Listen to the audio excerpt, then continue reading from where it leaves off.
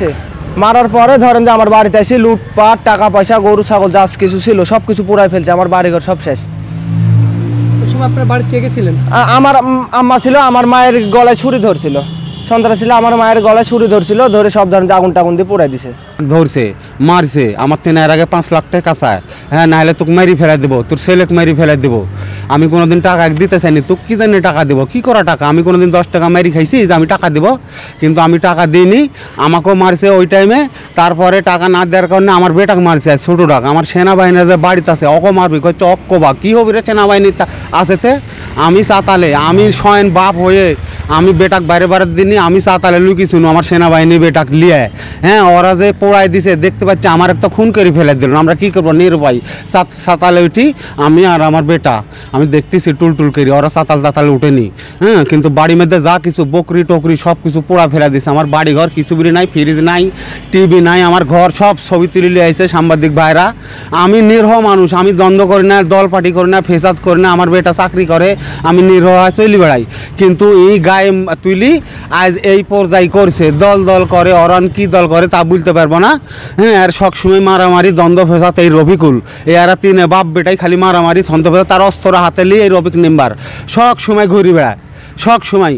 কিন্তু আমি যখন বলিছি যে কেরে তুই এরমভাবে যে মারামারি করতেছু, তুই কি দেশে বসবাস থাকতে হবে না? বলে তুক আগে কোবাবো, ওই বলে আমাকে তাড়িছে ওর লোকজন লিয়া, না হলে 50-60 জন লোক।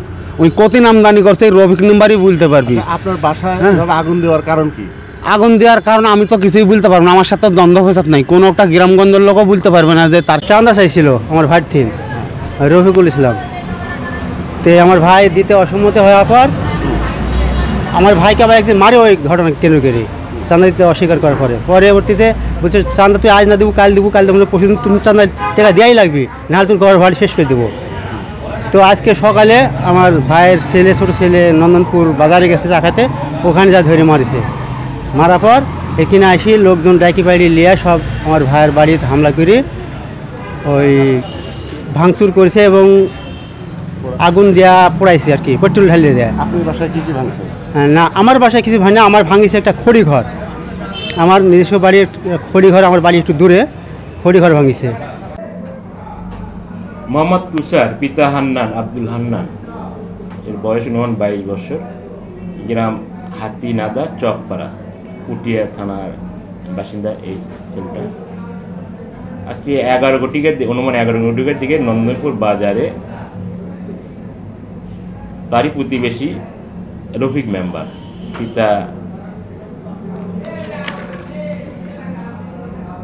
আব্দুর রাজ্জাক, এর সাথে কথা কাটাকাটি হয়। এক পর্যায়ে উভয়ের মধ্যে হাতাহাতি হয়েছে শুনেছিলাম।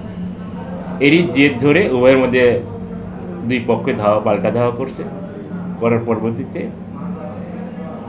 এই রফিক মেম্বার কিছু লোকজন, তার কিছু লোকজন যে এই হান্নানের বাড়িতে চড়া হয়েছে, তার বাড়ি ঘর ভাঙচুর করছে এবং ওই রফিক মেম্বারের চাচা সোলাইমান, সে হান্নানের পক্ষে তার ছেলেরা কাজ করেছিল বিদায় তারও বাড়িঘরে, তার বাড়িঘর হালকা পাতলা কিছু আলুপত্র ভাঙচুর করেছে এবং হান্নানের গোয়ালঘর এবং রান্নাঘর আগুনে পুড়ে গেছে, একটা দুটা ছাগল মারা গেছে।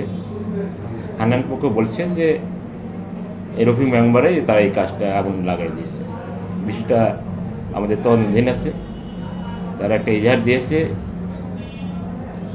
ইজাহার প্রেক্ষিতে আমরা প্রয়োজনীয় আইনগত ব্যবস্থা গ্রহণ করব।